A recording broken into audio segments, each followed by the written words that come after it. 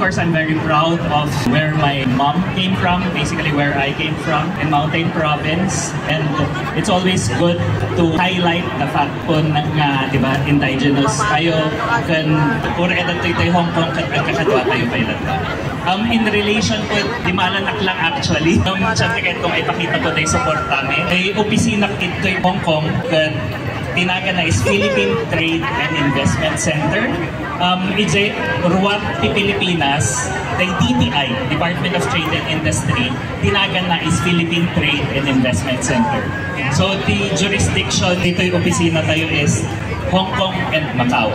So dito yung opisina ko, siyempre kahit kung introduce kinyayo, first the mandato nito is ag-assist nagijay foreign businesses nga kaya nga ag-business, nag-expand the business da ijay Pilipinas. So nga nagijay imimit ko po ito kat nagijay Chinese businessmen, nagijay foreigner nga businesses po.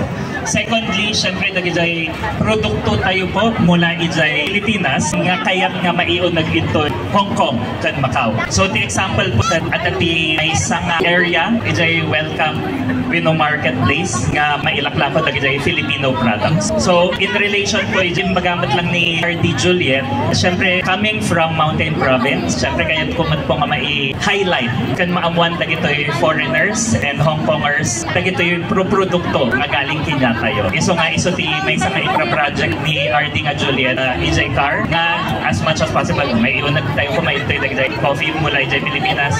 This June and the Philippine participation tayo po ito may isang exhibition, ito Asia World Expo nga wherein may highlight tayo po dagiti sa bali nga artwork nga galing EJ Car.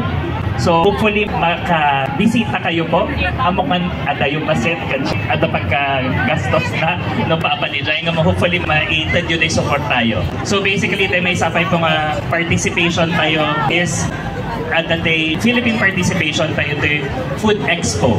So EJ Food Expo po iso ti katulad tayo pagpagaktatay iso ti may isang kayat tayo nga may unag ito dagiti sa bali nga produkto tayo from car like what RD Juliet said dagiti coffee, chocolate and wine.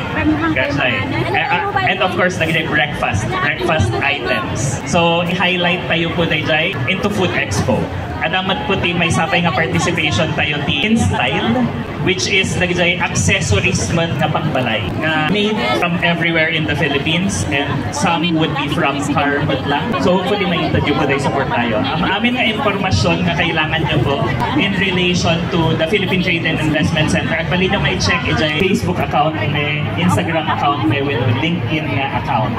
May samot nga direction tayo into yung Philippine Consulate since kasasaok ni Consul General nga Jeremy. Hopefully po may interview ni support tayo kinya tayo dyan Filipino products by showing and informing dagiti posyo with dagiti kakaibigan yung nga foreigners nga gamitan dagiti Filipino nga produkto tayo, di ba? For example, ada dagiti soy sauce tayo nga balin dapat nga gamitan. Hopefully maging si kayo ti ag-influence kinyata katno mas lalo nga maamuanda doon na dagiti Filipino products. Again, congratulations po kinyayo ang amin. Any information nga feeling nyo agbalin nga maitulong may, you can always contact us in our Facebook account and in our email which is hongkong@dti.gov.ph. So, thank you po kinyayo ang amin and congratulations.